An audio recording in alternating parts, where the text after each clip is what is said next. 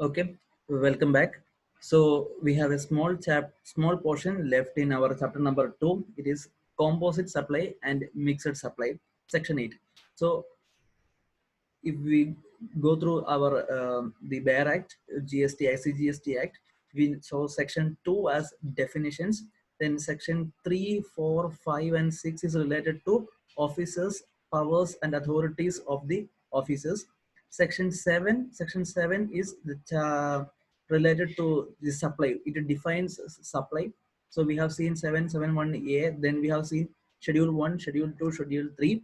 Now we have section 8 is left in this chapter. Section 8 is related to composite supply and mixed supply. So we have seen what is a supply, and I have in the earlier sessions we have discussed about bundled services, bundled supplies. So I have already told you bundled means it can be artificially bundled as well as it can be naturally bundled. So bundling means two or more supplies are together served.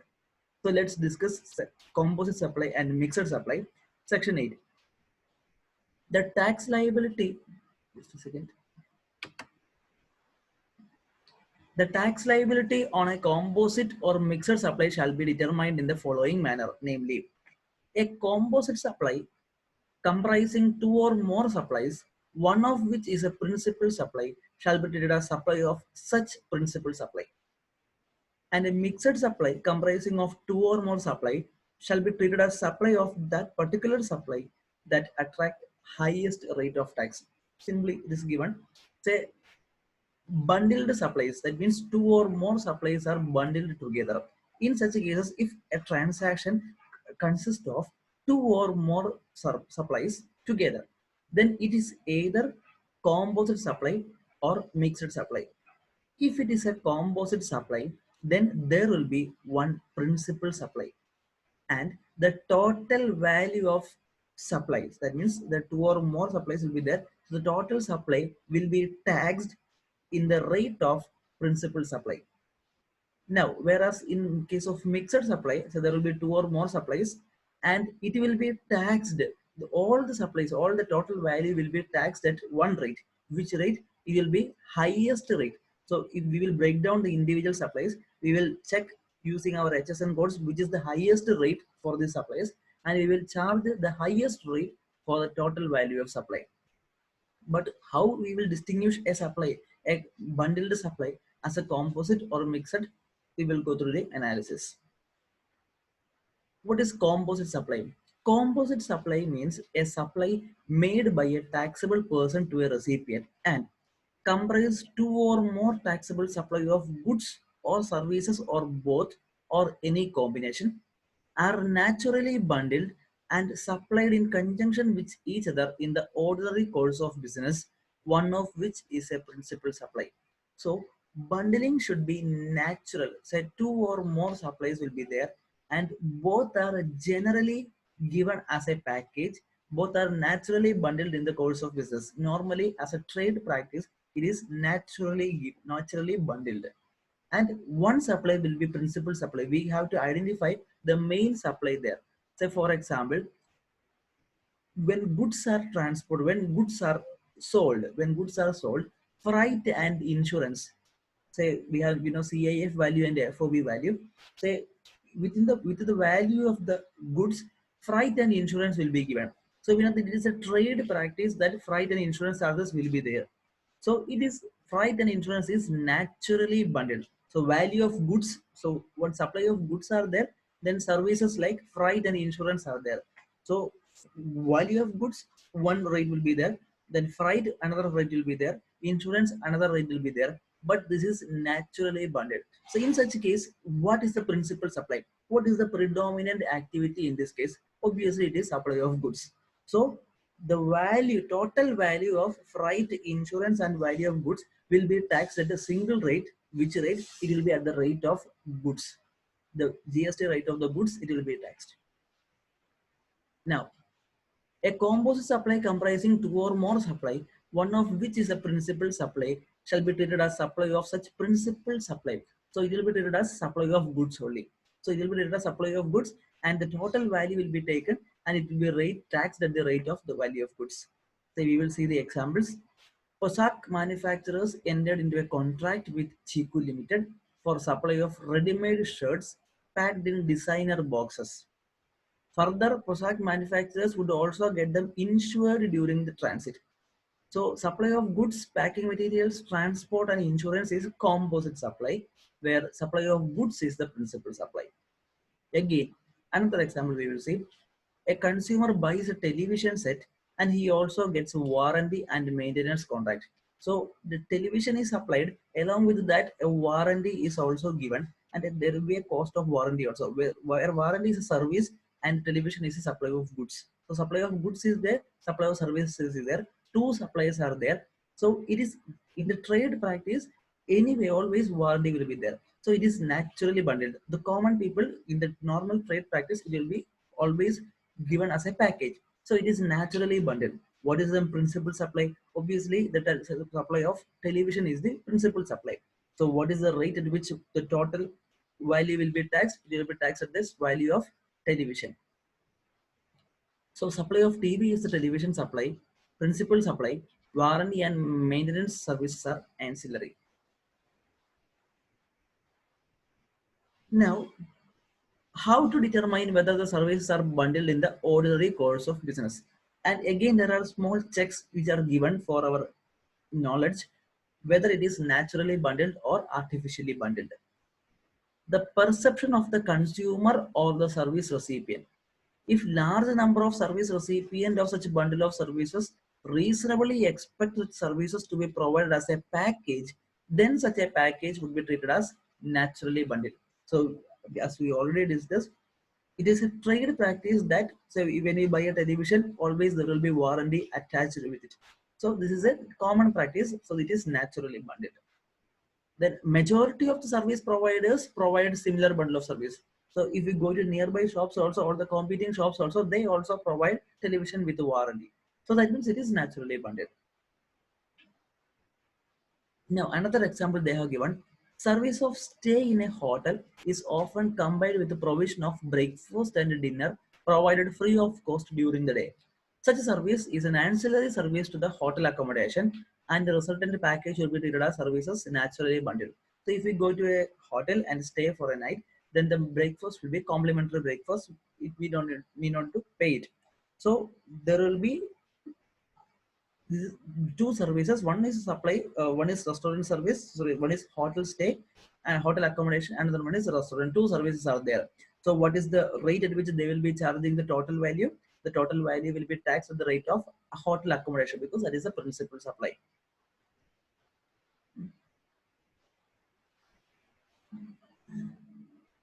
Now another one most important thing is that in case of servicing of cars involving supply of both goods, spare parts and services, where the value of goods and services are shown separately.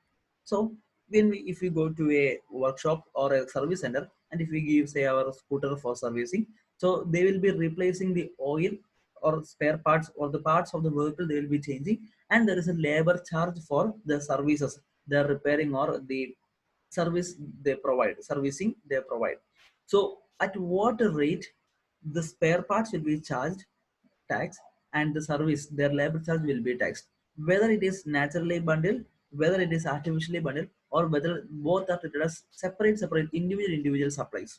What CBIC, Central Board of Indirect Tax and Customs, they have clarified that the goods and services would be liable to tax at the rate as applicable to such goods and services separately. So they are treated as separate individual supplies. So the if any parts are replaced, then those parts that will be supply of goods, those will be taxed at the rate of the respective goods, and their labor charges, the servicing portion, it is a supply of service, and that will be that service is taxed at the rate of service. So there it is not naturally bundled or artificially bundled, both are treated as two individual supplies. Now further given below is an illustrative list determining what constitute the principal supply in the given composite supply. Now this is also an important thing. Supply of printed books, pamphlets, brochures, envelopes, annual reports, leaflets, cartons, boxes, etc. printed with the design, logo, name, address, or other content supplied by the recipient of such printed goods. So here, this is a thing to be taken care of. This is actually an amendment which came on 2019 February. So two examples are given. One, printing of books, pamphlets, brochures, annual reports. So, for example, a company is printing its annual report. So they have to give the annual report to all the shareholders, so who are attending the meeting. So they will be printing annual report. So we have the content with us. The annual report, the balance sheet, P&L, cash flow statements, auditors report. The content will be with us. So we will be giving, and the materials, the paper, ink, everything will be with the person who from where we take the print.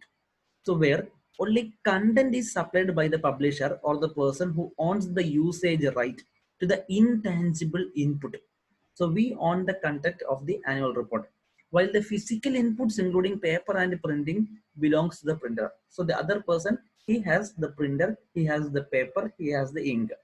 Then, and we gave the content, he prints it in, he print the content in his paper, and he give back the annual report. Then what is it? Is it a supply of goods or supply of service? Supply of printing of the content supplied by the recipient of supply is the principal supply, and therefore such supply would be constitute supply of service. So in such cases, the principal supply is the content is served by us, so it is a supply of service and it is not a supply of goods. So it is a custom made item. Okay, it is a custom made item. Supply of printing, so we give the content, and that is the main supply, and therefore it is a supply of service. But see the next example. In case of supply of printed envelopes, letter cards, printed boxes, tissues, napkins, wallpaper, etc., by the printer using its physical inputs, including paper, to print the design, logo, etc., supplied by the recipient of goods, predominant supply is supply of goods, and supply of printing of the content is ancillary to the principal supply of goods, and therefore the supplies would constitute supply of goods. So for example, if we go to a hotel, so we will see the tissue paper kept on the table. Those tissue paper will be named, the name of the hotel will be present in the tissue paper. So how is this done? So we give the hotel person gave an order to print, say, 1,000 or 10,000 number of tissues with their name embedded in the tissue paper. And the tissue paper, everything belongs to the printer. Only the name of the hotel will be given by them. So there is no intangible right or something like that. So in such cases, they print the name of the hotel in the tissue and they supply it. So there, the main supply is the supply of goods, and the content, which is the topic which is written on the tissue, it is just an ancillary thing. So in such cases, the sale of tissue is the most, so the paper or the tissue paper is the most important, the main supply. So it is a supply of goods, where printing of annual report, it is a supply of service, but whereas printing of hotel's name in a tissue paper, it is actually supply of goods. Next, mixed supplies. Mixed supply. So we have seen artificial, so we have seen composite supply, where it is naturally bundled. In case of mixed supply, it is artificial bundling. What do you mean by artificial bundling? It is not a trade practice. Even it can be given as single item, but for it is artificially combined. It is artificially combined and given as a single package, but which is not generally done by the businessmen. Two or more individual supply of goods or services or combination made in conjunction with each other by a taxable person for a single price, where such supply does not constitute a composite supply. The most important thing is it should be given as a single price. Say for example, here we have seen, say, food, water, and chocolates. Say food, water, chocolates, both are given as a package for a single price. Say for example, 120 rupees. So even food can be given separately, water can be given separately, chocolates can be given separately, but they are given as a single package for rupees, single price, 120 rupees. If an option is available, food at 50, So food at 70, water at 30, chocolate at 20, then it is not. And if it is separate prices are there, then it is individual supply. But if the total everything is as a package is given for 720 rupees, then it is mixed supply. Because generally nobody gives say food, water, chocolates as a combination. They have just made a combination as a combo. So it is not a trade practice to give it. So it is a artificial bundling. So that's why it's called a mixed supply. So in case of mixed supply, at what rate the total value, say 100 rupees total value will be taxed. So say for example, chocolate has 18 percentage, water has say 5 percentage, say food has say 5 percentage. So highest we will see the highest rate. The highest rate is 18 percentage. So all the total value, say 100 rupees will be taxed at 18 percentage. A supply can be mixed supply only if it is not a composite supply. So a total supply, the two or more supplies will be there. So it only if it is not a composite supply, then only it can be a mixed supply. So mixed supply comprising of two or more supply shall be treated as supply of that particular supply that attracts highest rate of tax. So it will be treated as the supply of the item which has the highest rate. The example, package consisting of canned foods, sweets, chocolates, cakes, dry fruits, aerated drink, fruit juices. So these items, these are not naturally given, is naturally not naturally bundled. So they are given as a single package for a single price. If it is given for a single price, then it is a mixed supply. So each of these items can be supplied separately and is not dependent on any other. So they are not dependent on any other. So it is actually a mixed supply. So thus we come to the end of this chapter, chapter number 2. Now we will be going to chapter number 3.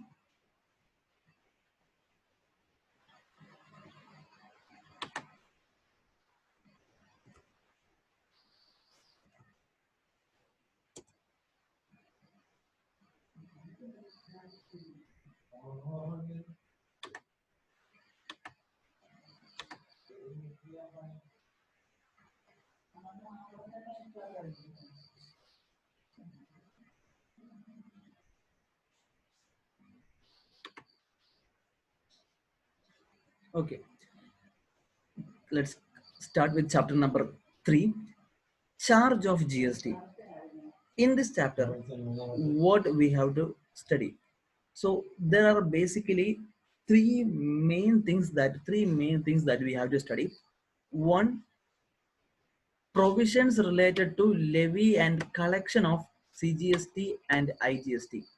So that is how to determine intrastate supply, how to determine interstate supply, how we have to levy the GST on both supplies. So one important thing.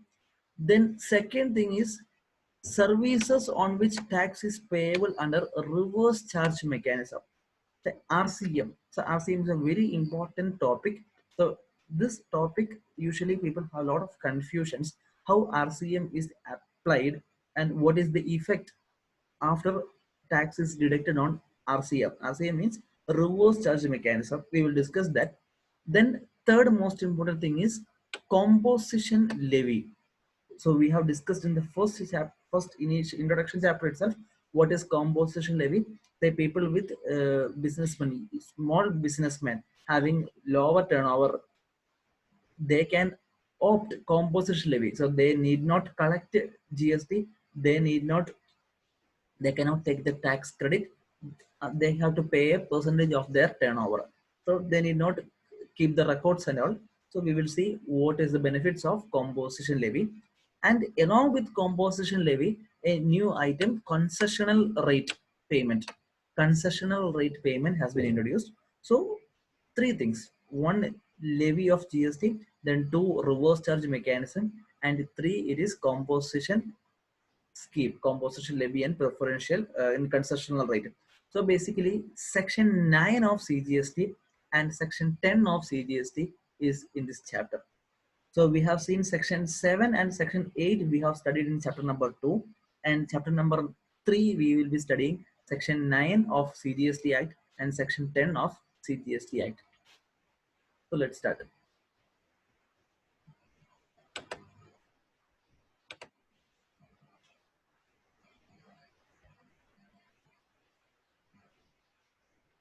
Okay. So there is something known as intrastate supply and interstate supply. So we have already had a brief introduction, a small introduction related to intrastate supply and interstate supply. Generally, where the location of supplier and the place of supply of goods or services are in the same state or union territory, it is treated as intrastate supply of goods or services respectively. So, say for example, I am a company. I am a company located in Kerala. I am selling goods. Okay, I am company A Limited. I am selling goods to company B Limited. Where is this company B Limited located? The company B Limited is located at Chennai, for example. So location of the supplier is in Kerala. Location of the recipient is in Tamil Nadu. No issues. But to identify or to classify a supply as intrastate supply or interstate supply, we should not look, the parameter is not location of supplier and location of recipient. It is location of supplier and place of supply. So what do you mean by place of supply? Place of supply is where the supply happens. So place of supply, we have a separate chapter, separate section in CGST Act where we will determine the place of supply. So location of supplier is Kerala, and where is the place of supply? If suppose the place of supply is in Kerala itself, even the location of recipient, the company B Limited is situated in Chennai, but still if the place of supply is in Kerala, then location of supplier and place of supply is in the same state. If it is in the same state, then it is an intra-state supply. What is the impact if it is an intra-state supply? If it is an intra-state supply, we will, along with the invoice, we will charge GST, we will charge CGST and SGST. And if suppose location of supplier and place of supply are in two different states, then it is an interstate supply. What is the effect if it is an interstate supply? If it is an interstate supply, we will charge IGST and not CGST plus SGST. We will charge IGST. So you might be thinking how place of supply can be Kerala when the location of recipient is Chennai. When you study place of supply, you will understand it in more detail. But I will just give one example. If there is a movement of goods, if there is a movement of goods, and the goods, the place of supply will be where the goods are delivered. Where the goods are delivered. So, for example, location of the recipient is in Chennai, but they asked us to deliver the goods to a factory in Palakkad. Okay. The company in Chennai, registered office is in Chennai, but they have a branch in Palakkad. So that is in Kerala. So we will be transporting the goods from Kerala to Palakkad, from one of the cities, A Limited's office, A Limited's godown to Palakkad. So even though we will be raising invoice to B Limited, whose registered office is in Palakkad, but we are transporting the goods to, and where the transportation ends in Palakkad. So the place of supply will be Palakkad and not Tamil Nadu. So place of supply is in say Kerala, location supplier is in Kerala, it is an intrastate supply. Now, interstate supply, location of supplier and place of supply are in two different states or two different union territories or state and union territory, it is treated as interstate supply. So if it is an intrastate supply, you will be charging CGST and SGST. If it is an interstate supply, you will be charging IGST. Now, as we know, the chapter's pattern is definitions, then the Bayer Act, then the analysis. So the definitions, central tax, CGST, IGST, SGST, we have already discussed. Then the definition of goods, we have already discussed. Then exempt supply, aggregate turnover, very, very important. So what do you mean by exempt supply? So taxable supplies are there, then exempted supplies are there. We have already discussed, in order to levy GST, the supply should be a taxable supply. If it is an exempt supply, we need not charge GST. So what do you mean by exempt supply? Exempt supply means supply which attract nil rate of tax or which are wholly exempt from tax and includes non-taxable supply. So what do you mean by exempt supply? Exempt supply means if the rate is nil rated, then two, it is exempted by way of notification. Government has issued a notification, and for a particular supply service is exempted. So it is an exempted supply. Then non-taxable supply. It is not at all taxable. Okay, it is not at all taxable. So exempt supply includes nil rate, exempted by way of notification, as well as non-taxable supply. It is not taxable at all. And it is not in the purview of GST. So, for example, say alcoholic liquor for human consumption, it is actually not taxable supply. It is because it is not included in the purview of GST. So, it is not exempted supply also. Now, aggregated turnover. So, if we see the literal meaning itself, we can understand aggregated turnover. Aggregate means turnover means total turnover. So, while computing the total turnover, what are the items we have to take? Aggregate value of taxable supply, excluding the value of inward supply on which tax is payable by a person on reverse charge basis, exempt supply, export of goods or services, interstate supplies of person having same PAN number, permanent account, to be computed on all India basis, but exclude central tax, state tax, unitary tax, integrated tax, and cess. So what do you mean by aggregate turnover? Aggregate turnover means taxable supply plus exempted supply plus export plus we have discussed stock transfer earlier. Say for example, company A. Say I am a company A limited. We have branches in many number of states. So I had a stock transfer from say Kerala to Tamil Nadu. So we have already discussed they are distinct persons. This supply is leviable. It is a supply and GST should be charged. So suppose from branch in Kerala to Tamil Nadu, I transferred a goods. So I transferred it for 8 lakhs. From Tamil Nadu, I sold it for 10 lakhs to any customer.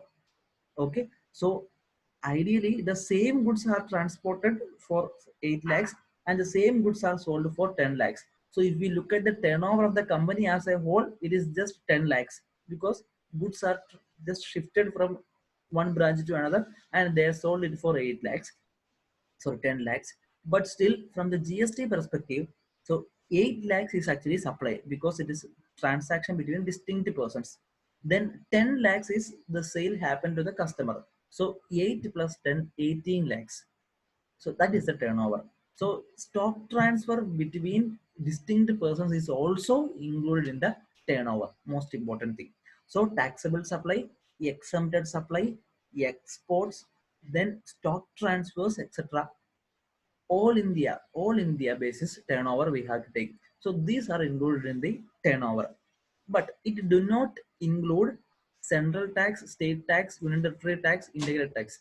So while calculating the turnover, we do not consider the tax portion. So if we see an invoice, so for example, invoice value of goods 10,000, say GST 900, so total 11,800. But while calculating the turnover, we will consider only 10,000 rupees. The GST portion will be excluded because GST is not our income. GST is an amount we have to pay to the government. So only 10,000 will be considered and not the tax portion. And again, if we see there is something written on the bracket, excluding the value of inward supply on which tax is payable by a person on reverse charge basis. So let's discuss this. What is this?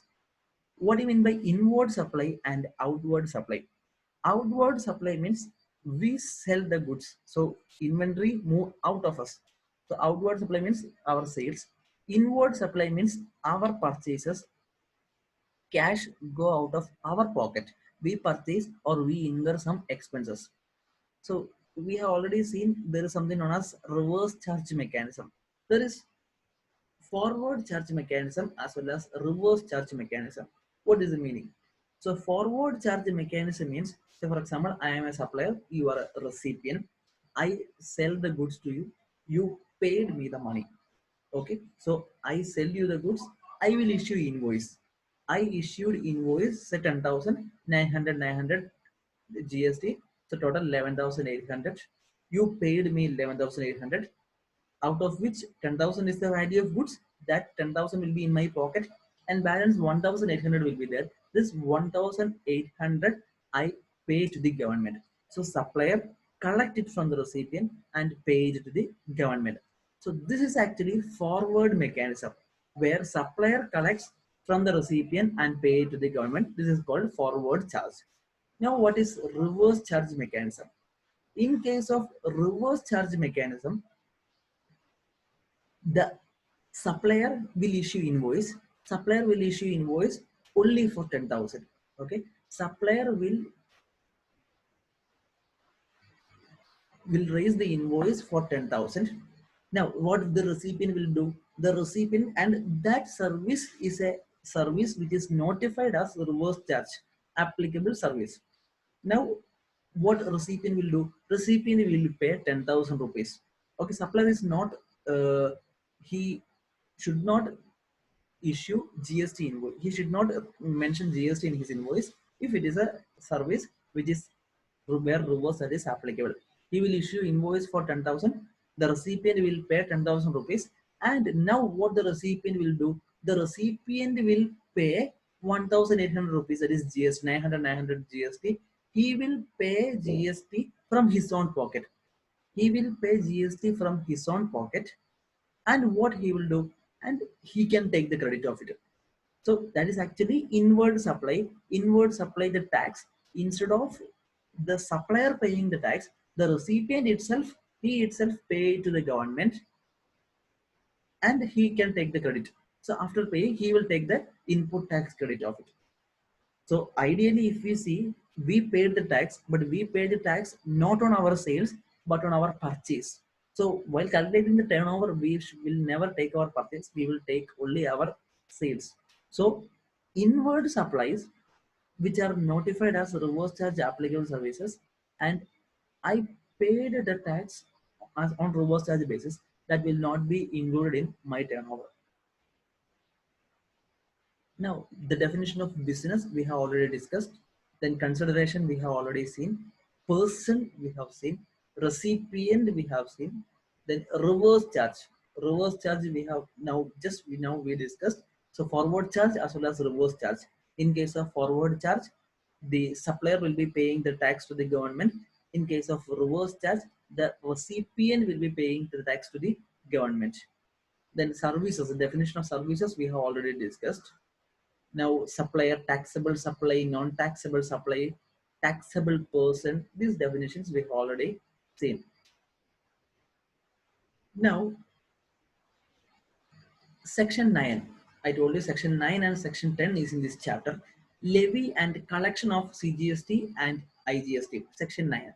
So section 9 of CGST Act and section 5 of IGST Act. So we know that in case of IGST, it talks about interstate supply. In case of CGST Act, it talks about intrastate supplies. Okay, so section 9 of CGST and section 5 of IGST are identical sections. Instead of intrastate supply, in the IGST Act, it will be interstate supply. Now, section 9(1), 9(2), 9(3), 9(4), 9(5). 5 subsections are there. So section 9(1), if you see 9(1), 9(2), 9(3), 9(4), and 9(5). These many 5 subsections are there. So we will discuss each and every subsection. Okay. So 9(1), what does 9(1) says? Subject to the provisions of subsection 2, there shall be levied a tax called CGST on all intrastate supply of goods or services or both, except on the supply of alcoholic liquor for human consumption, on the value determined under section 15, and at such a rate not exceeding 20% as may be notified by the government on the recommendation of the council, and collected in such manner as may be prescribed and shall be paid by the taxable person. So very important thing. This is how we read the act. Subject to the provisions of subsection 2. That means subsection 2 will override. So let subsection 2, whatever says, that will happen. Apart from that, CGST Act says on all intrastate supply we will charge the CGST. So it doesn't mean we will charge only CGST, because this act is what we are reading is CGST Act. there will be corresponding SGST Act in all the states, and this SGST Act also mentioned the same. This is a dictum, but they in the SGST Act, what it will be mentioned? It will be mentioned that on all intra-state supplies, SGST will be charged. So CGST Act says CGST should be charged. SGST Act says SGST should be charged. So in total, what we can confer. So in a transaction intrastate supply, we will charge CGST and SGST. So on all intrastate supply except alcoholic liquor for human consumption, supply of alcoholic liquor for human consumption. Other than that, all intrastate supply, we will charge CGST. We will charge CGST and SGST. So what is the maximum rate of CGST? 20%. So what will be the maximum rate of SGST? 20%. So what will be total maximum tax rate? Maximum total tax rate will be 40%. And shall be paid by the taxable person. And shall be paid by the taxable person. Who is the taxable person? Say for example, the supplier. The supplier is a taxable person. So he should collect the tax and he should pay it to the government. So that means it is a forward charge. It talks about forward charge. So 9.1 says on all intrastate supply, we should charge CGST and SGST. And correspondingly, Section 5 of IGST Act, what IGST Act will say? IGST Act will say if it is an interstate supply, we will charge IGST. And what will be the maximum rate? Maximum rate will be 40%. CGST plus SGST rate 20 plus 20, 40%. So on all interstate supply, we should charge IGST. Maximum rate can be 40%, and the taxable person should collect it and remit it. Now what section 9.2 says? 9.2 says the central tax on supply of petroleum crude, high-speed diesel, motor spirit, natural gas and aviation turbine fuel shall be levied with effect from such date as may be notified. So 9.1 says subject to 9.2. What 9.2 says? If it is supply of petroleum products, petroleum crude, petrol, diesel, ATF, diesel, what happens? So in such cases, if it is supply of petroleum products, the GST levy is temporarily postponed. So now no GST is applicable. It will be notified from a later date. So from a later date, it will be notified. Then from such date onwards, you can charge. If it is an intrastate supply, you can charge CGST and SGST. Now 9.3 and 9.4 is related to reverse charge mechanism. 9.3 and 9.4 is related to reverse charge mechanism. What does 9.3 says? The government may, on the recommendation of the council, which council? GST council, where it is mentioned 279A of the constitution. So the government may, on the recommendation of the council by notification, specify category of supply of goods or services or both, the tax on which shall be paid on reverse charge basis by the recipient of such goods or services or both, and all the provisions of this act shall apply to such a recipient as if he is the person liable for paying the tax in relation to the supply of such goods or services or both. So 9.3, section 9.3, you should always have in mind, a very, very important section. So 9.3 says, so government will notify a list of goods and services. If you are supplying such goods and services, such goods or that notified goods services, you need not collect GST and pay. But if you are a recipient and you are receiving that goods or services, then it is your duty to pay tax from your own pocket, and you can pay it and you can take the credit of that. So all the provisions of this act will apply to the recipient. So all the provisions of collection, of payment, then filing the return, everything, all the provisions will be applicable to you as if you are the person liable to pay tax. So as if you are the person liable to pay tax. Reverse charge. So reverse charge, that means the recipient should pay from his own pocket and then he can take the credit of it. It is 9.3. Now 9.4, if you see 9.4, it is given in bold letters. Why? Because 9.4 has undergone a lot of many changes and it's actually a controversial section. What 9.4 says? The government may, on the recommendation of the council by notification, specify class of registered person who shall, in respect of supply of specified category of goods or services or both, received from an unregistered supplier, pay the tax on reverse charge basis as the recipient of such supply of goods or services or both, and all the provisions of this act shall apply to such a recipient as if he is the person liable for paying the tax in relation to such goods or services or both. If you have a first print, you will see that 93 and 94 are the same, but it is not the same. So what is it? Suppose we have already learned that in order to charge GST, I should be a taxable person. I should be a taxable person means I should be a registered person, or I should be liable for registration. It means I should have threshold limits of 20 lakhs or 40 lakhs. So if suppose I am an unregistered person and I am supplying goods to you, I will not charge GST. Okay, so on that products GST is not received by the government. So what government says, so suppose you are a registered person and you are selling the goods, you are an unregistered person and you are selling the goods to a registered person. So you are selling the goods to a registered person, that person is registered. Since you are not registered, you cannot charge the GST. So in such cases, the reverse charge is applicable on the recipient. So recipient is a registered person. He is receiving services from an unregistered person. So this registered person, what he should do? He should, on reverse charge basis, he should pay tax to the government, and he can take the credit of it. But whether this provision is applicable to all the registered persons who receive services from unregistered person, answer is again no. Specify a class of registered person.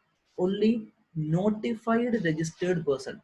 Only notified registered persons who receive, and whether all the services, no, specified category of goods or services. So specified category of goods or services, specified registered person receiving services from unregistered person, what they will do, they on reverse charge basis, they should pay tax and they can take the credit. So the class of registered person will be notified by the government, and the class of services will be notified by the government, and on those services reverse charge is applicable. Now, 9.5, 9 subsection 5, the government may, on the recommendation of the council by notification, specify category of services, the tax on intrastate supply of which shall be paid by the electronic commerce operator if such services are supplied through it. And all the provisions of this act shall apply to such electronic commerce operator as if he is a supplier liable for paying the tax in relation to the supply of such services. So what is it?